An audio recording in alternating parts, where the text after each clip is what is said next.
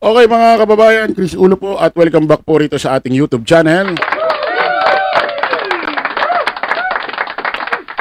Okay, update ho tayo rito sa pangyayari sa ginawa hong pag-aresto, pag-serve ho ng warrant dito kay former President Rodrigo Roa Duterte.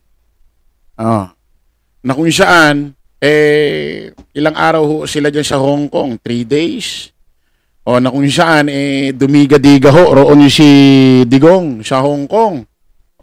Joke-joke, mura dito, mura dyan. Na kung saan, hindi ho nakikitaan ho ng may masamang pakiramdam. Hindi ho nakikitaan ho ng may karamdaman. Naibiyahe pa nga, naisakay pa nga sa eroplano, di ba? Naglalakad-lakad pa dyan. Ibig sabihin, hindi siya nakikitaan ng may sakit or malalang karamdaman. Abay, ngayon hong pagbalik ho, ngayong araw na ito, March 11, 2025, porkit alam na meron ng Interpol na nakaabang ho dyan sa Manila International Airport, doon ho sa MIA, at bit-bit na ho yung warrant ng ICC at ina-assisan ho ni Director General Torre ng CIDG. Abay, biglang may sakit.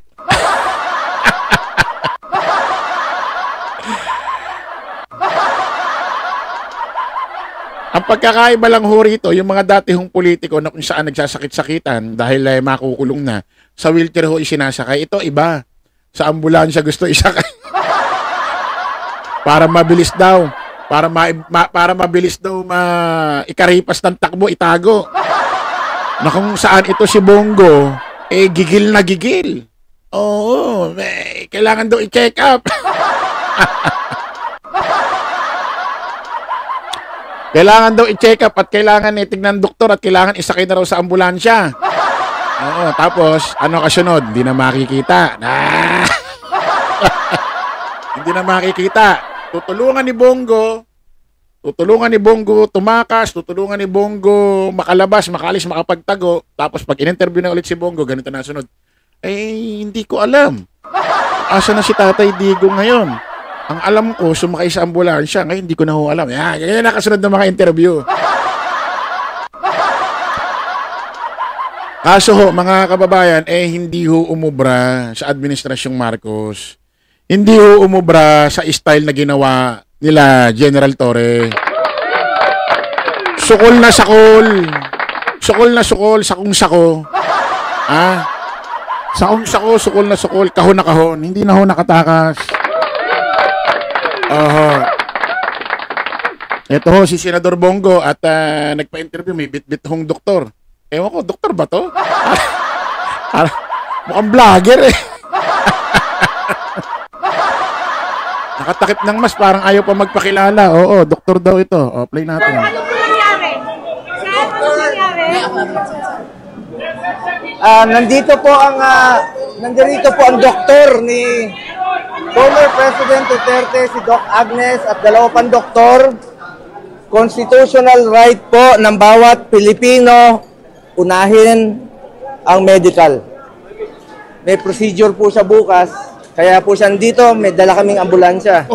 Nasa konstitusyon daw yun na unahin ang medical. Pero wala namang sinasabi sa konstitusyon na hindi po pwedeng tumingin ang taga-government. Wala namang ganon. May sarili naman doktor ang Philippine National Police. Pwede naman magpadala ang doktor ng doktor ang Philippine National Police galing sa gobyerno at dalhin doon kung saan man nakadetain ngayon si Digong sa AFP. Pwede naman. Meron ba sinabi sa konstitusyon na kinakailangan yung aarestuhin, makukulong, kinakailangan titingin doktor, private doktor niya? Especially nasa kustodiya na siya ng gobyerno. Totoo yung sinasabi mo, nasa konstitusyon, nasa batas, na unahin ng medical. Parang yung mga na-aresto din, chine-check up muna kung may mga masama pakiramdam, ganyan, nasugatan, ganyan. Pero pwede ang gobyerno tumingin. Baka naman may ibang plano kasi kaya ganyan. Aso hindi na umubra eh, no? Oh, tuloy natin. Hindi kami pinapasok.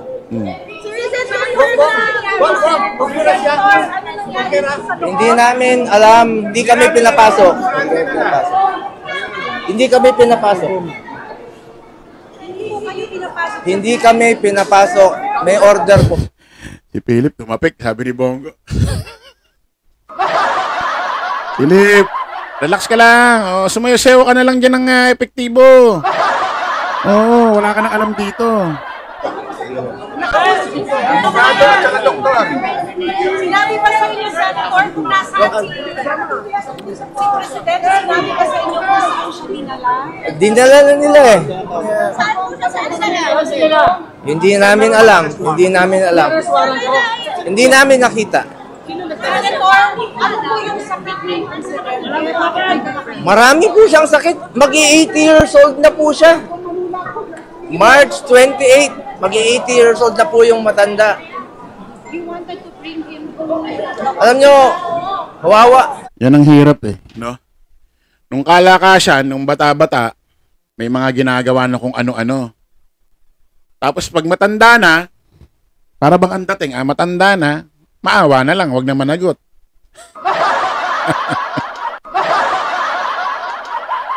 Parang ganun eh, no? O sige, sabihin natin matanda na. Anong gagawin? Nung sinampa yung kaso noong 2019 at nung naging presidente siya, talagang may edad na rin naman siya eh. Nung nangyari yung war on drugs, extrajudicial killing, may edad na talaga siya. O, kailan lang naman siya naging presidente? Itong ng mga nakaraang taon lang naman. Hindi naman po pwede yung putik nung kalakasan mo, may mga ginagawa kang kung ano-ano. Tapos ngayong aarestohan kayo, aarestohin, palulusot, matanda na, hindi niya deserve kasi matanda na. Ay, hindi naman pwede yun. Paano naman yung mga biktima na matay, libo-libo sa war on drugs, extrajudicial killing, especially mga minor de edad, mas kawawa yun. Isipin mo, ang babata pa nun. Nabawian na ng buhay sa hindi pa magandang pamamaraan. Buti nga ito, narating niya pa yung pagka-80 niya. Buti nga narating pa yung pagka-80 niya eh. Yung mga namatay nga sa war on drugs, especially yung mga minor de edad eh. Ang bilis lang ng buhay eh. Hindi man lang narating yung edad na, alam mo yun, 20 plus eh. Minor de edad, mga namatay na eh. Mas kawawa yun. Diba? Alam mo, kawawa yung ko alam kanina, kausap ko si General Marbil. And sabi niya sa akin, bilang counsel ni President Duterte, isasama ko doon sa Coster kung dadalhin siya sa krame. Ngayon, hindi mo kami sinama. Ginawa lang kami sumama. And then, kaya siguro hindi na sinama kasi hindi naman sa krame pumunta.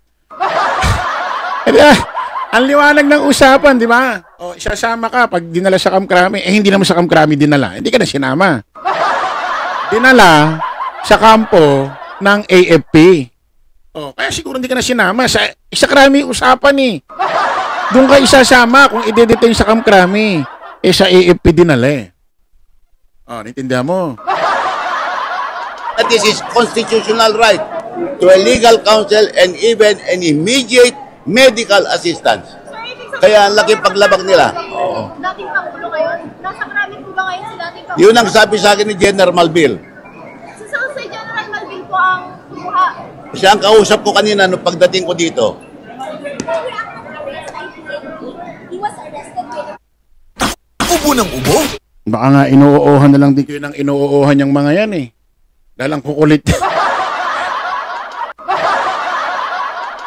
Eto mga kababayan, ang pinaglalaban kasi nila rito, yung ma-check up, yung medical issue ni Digong. Ang gusto nila, ma-check up si Digong sa kustodiya nila. Yung para bang ang dating isasakay sa ambulansya. May binitbit na ambulansya eh. Tapos, dadaling ko siya ang hospital na hindi mo na alam kung anong mangyayari. Kung medical or usaping medical lang ni Digong, pwede nga siya kustodiyahanay ng gobyerno. Actually, ang PNP, may mga doktor din dyan. Doktor police. At pwede rin sila ang magbigay ng ano kasi yan eh. Aminin na natin. Private doctor ni Digong yung daladala nyo.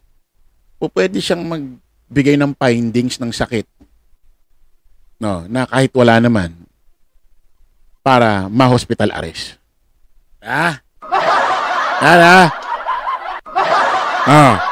Kaya ang mas maganda, ang tumingin dyan, gobyerno, para yung totoong findings, totoo ang lumabas. Di ba? Para malaman talaga, kasi bumiyahe ng Hong Kong. Marami na palang sakit. Ba't binabiyahe nyo pa ng Hong Kong? Mga talonggis.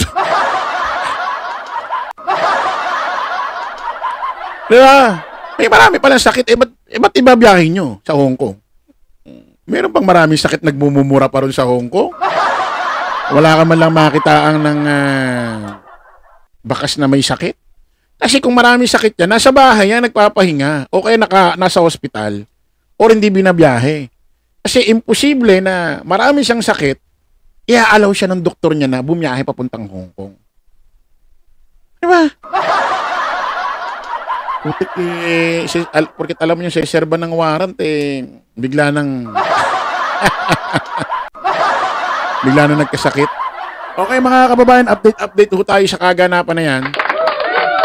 Kita-kita ulit tayo sa panibagong live, panibagong vlog. Paalam po pa samantalangin yung lingkod, Os Crisulo. Lagi natin tatandaan, don't follow the majority. Follow the right way. Maraming salamat. Kita-kits po tayo ulit. Bye-bye po.